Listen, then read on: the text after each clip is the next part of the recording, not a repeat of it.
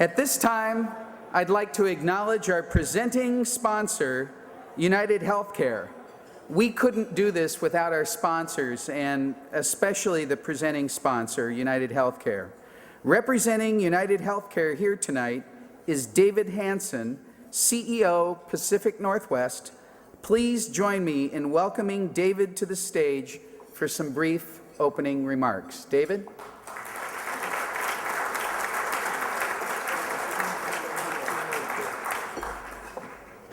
Good evening. I'm pleased to welcome all of you to the Tech Awards. It's great to be part of the event tonight, so thank you very much. The Pacific Northwest, and Oregon specifically, is a region long known as both an incubator and a foundational hub of technology-based companies.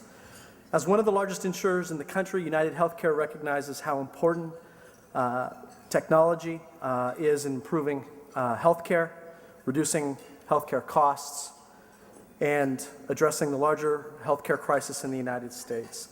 As part of the recognition of the importance of technology in our industry, I'm very pleased with our partnership with TechAmerica, and I wanted to thank Phil, Eric Meyer, Jennifer Bozet, and the rest of the TechAmerica team for the ongoing and long-term relationship. Today, we are in turbulent times, and there is significant pessimism in the global marketplace. It's a little bit of gloom and doom. Being an optimist, I'm at times reminded of the work of Robert Malthus, the noted economist in the early 1800s. Obviously, while not an attractive man, in the early 1800s, Malthus predicted that we were on a potential course of disaster of epic proportions. Simply stated, population growth was going to outstrip the Earth's natural resources. Effectively, we're all going to starve to death. But in hindsight, we know, of course, he was wrong because he underestimated two critical but linked variables. One is human ingenuity, and the second is the ability to use technology to change the dynamics of static supply and demand. In my industry, broadly defined as healthcare services, there is similar pessimism to the future as well. And make no mistake about it, there are aspects of healthcare financing that must be addressed, but it is technology and human ingenuity that will change the dynamics of our industry going forward, and it will prevail. So imagine for a moment that at the Center of Expertise in Cardiovascular Disease Screening, based in Portland, a group of physicians is able to see a patient in rural Iowa. Further, as the pilot succeeds, the chain reaction ignites various centers of expertise in actual cardiovascular surgery that spreads throughout the country, whereby services to patients are delivered not on the basis of where they live, but on the basis of best medicine. Well, let me say that world may not be too far away. Today, UnitedHealthcare, Cisco, and healthcare partners are working together to pilot the beginning of this concept at Cisco facilities throughout the country.